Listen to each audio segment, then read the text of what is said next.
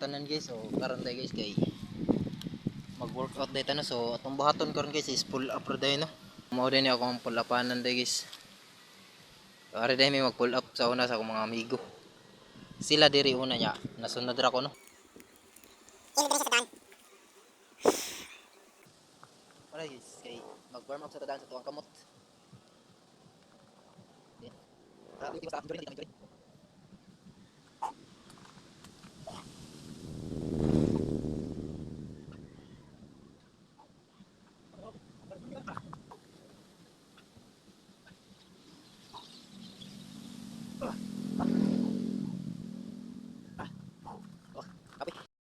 Nanin nato nga seat. So katulo rin ni nato nga seat ron.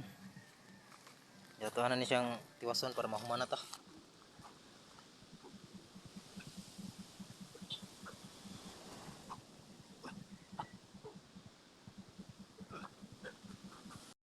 Tapos itong kabot basta mapulap.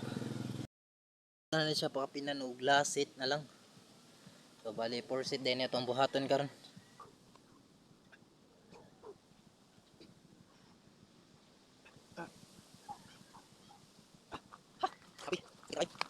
So, ang next na itong buhaton day guys kay kan guys yan ang sa abs na puta. Sa to atang core. So mao ni ato atong buhaton day guys.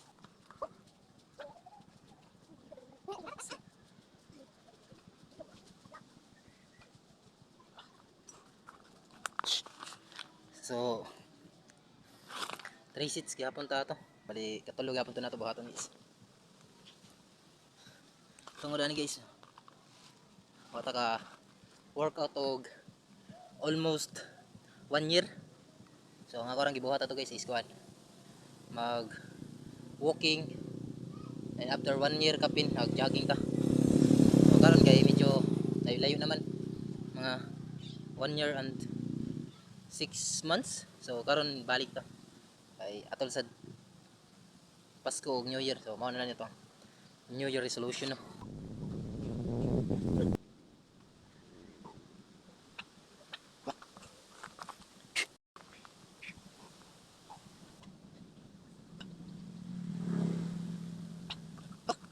So produce na pata another sa ato ang kuan guys kay manamata sa to sa okay bawgasan ni dairy nga side guys. So produce na pata sa ato ang core gihapon.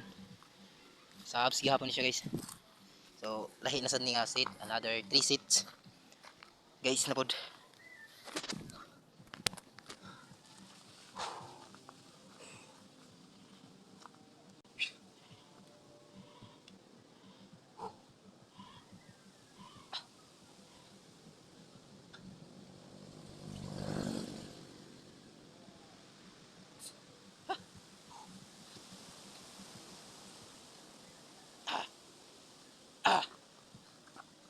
So bali 10 reps ra ta, then 3 seats gihapon.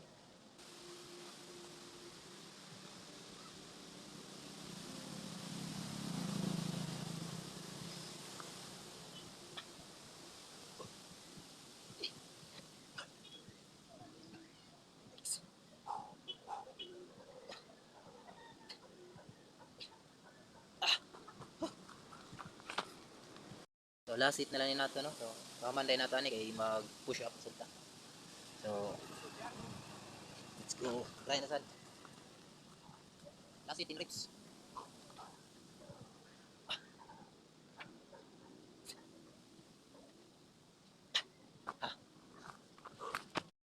Nasang buhaton na so mag push up na sad ta. So 3 seats gihapon siya every kan then 15 reps or 10 reps. So try na to kung makaya pa ba.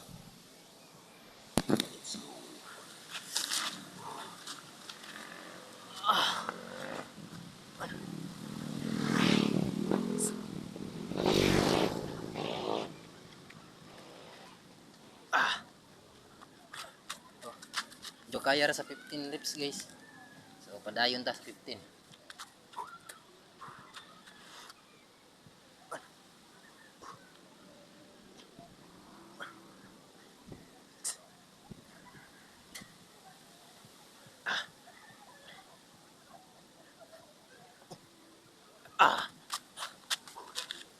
So last hit na lata.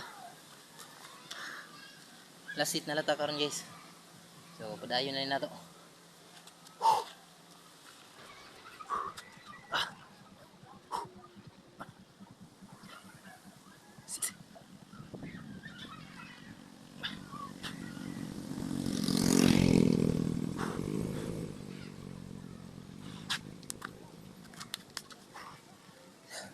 So mana ta sa 3 sets ato ang push up guys.